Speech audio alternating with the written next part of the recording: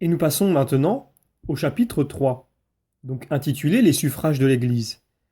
Alors un résumé de la matière. J'entends par suffrage toutes les œuvres que l'Église fait en faveur des morts, donc sacrifices, jeûnes, aumônes, ainsi que les prières et les peines volontairement assumées pour accélérer et faciliter l'expiation de leurs fautes. Tout cela est utile aux morts. Il les aide, non pas tous, mais ceux qui sont au purgatoire, c'est-à-dire les moyennement bons. Les suffrages sont inutiles pour les très mauvais, c'est-à-dire ceux qui sont en enfer. Ils sont inutiles également pour les très bons, ceux qui sont au ciel. Bien plus, les saints du ciel aident l'Église militante de leurs mérites et de leurs prières, et ils obtiennent de nombreux bienfaits à ses membres. L'efficacité des suffrages dépend de deux choses. D'abord des mérites personnels des défunts, et ensuite de la charité des vivants, dont la sollicitude s'applique plus à certains défunts qu'à d'autres. Cette efficacité a un effet sur l'adoucissement des peines et en conséquence, pour accélérer la libération des âmes, selon qu'en dispose la divine providence. Alors une explication. Parce qu'il est infiniment bon, le principe premier est d'une grande rigueur contre le mal. Il est aussi d'une extrême douceur à l'égard du bien. Les justes qui souffrent au purgatoire en raison d'une rigoureuse justice pour la dette de leurs péchés sont soulagés, aidés et réconfortés en raison de la miséricorde.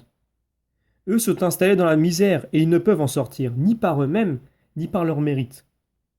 Le fait d'application des suffrages aux défunts par l'œuvre de ceux qui en ont le pouvoir est conforme à la providence. Cela n'est pas contre la justice tout en étant conforme à la douceur de la miséricorde.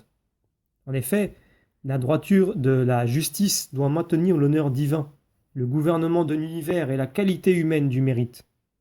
C'est pourquoi tout cela se passe selon l'harmonie de la miséricorde et de la justice. L'honneur divin est sauvegardé, ainsi que l'ordre de l'univers et la qualité du mérite humain. L'application des suffrages doit respecter la justice, qui vise au-dessus de tout le respect de l'honneur divin. Or, l'honneur de Dieu exige que la dette des fautes soit acquittée par des œuvres satisfactoires et pénales. Parmi les œuvres au plus haut point, on peut citer le jeûne, la prière, l'aumône, et au-dessus d'eux, le sacrifice de l'autel qui l'emporte. C'est surtout à la messe qu'est rendu à Dieu l'honneur qui lui est dû. Car aucune offrande n'est plus agréable à Dieu que celle qui est offerte en sacrifice. Ainsi, si toutes les œuvres satisfactoires constituent les suffrages de l'Église, la meilleure est dans la célébration de la messe. D'ailleurs, saint Grégoire dit au livre 4 des Dialogues que certains défunts ont été rapidement délivrés de grandes peines par l'offrande de messe. Remarquez que la célébration des obsèques et le raffinement des funérailles n'entrent pas dans la catégorie des suffrages. Saint Augustin écrit dans son livre De cura pro mortuis aganda, le raffinement des funérailles, la richesse de la sépulture et la gloire des obsèques sont plus une consolation pour les vivants que pour les morts. Les suffrages de l'Église ne peuvent donc avoir efficacité pour ceux qui sont en enfer. En effet, comme la justice sauvegarde l'ordre et le gouvernement de l'univers dans la communication des influences, il doit y avoir un ordre de relation entre l'origine et le terme de réception. L'inférieur ne peut influer sur le supérieur ou sur un ordre ou sur un être éloigné à tous égards par la disproportion. Puisqu'ils sont totalement séparés du corps mystique du Christ, les damnés ne sont atteints par aucune influence spirituelle, ni ne leur est utile, pas plus que l'influence de la tête ne peut atteindre un membre amputé. Les suffrages de l'Église ne sont pas utiles aux bienheureux, puisqu'ils vivent dans un état absolument supérieur. Ils sont parvenus au terme et ne peuvent monter plus haut. Au contraire, les bienheureux ont mérité dans leur chair de nous être utiles par leurs prières.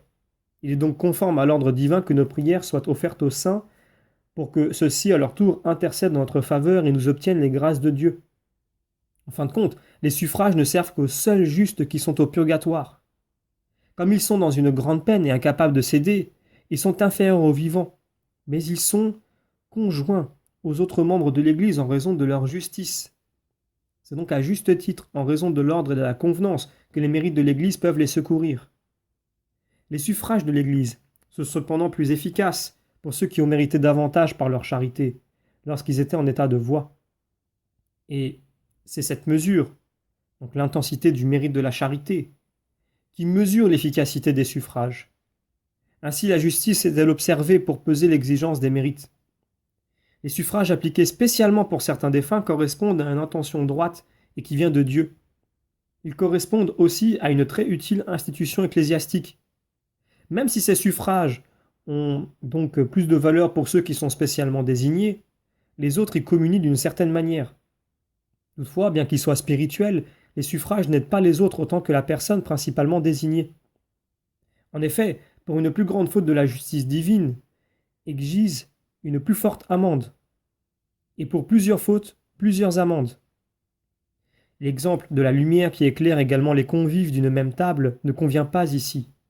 Il faut assimiler les suffrages aux rançons des captifs plutôt qu'à la diffusion et à l'influx lumineux. Peut-on déterminer l'efficacité des suffrages pour chacun en particulier? Non. Car seul Dieu, qui apprécie le poids, le nombre et la mesure dans les dettes, les fautes et les intercessions, le sait.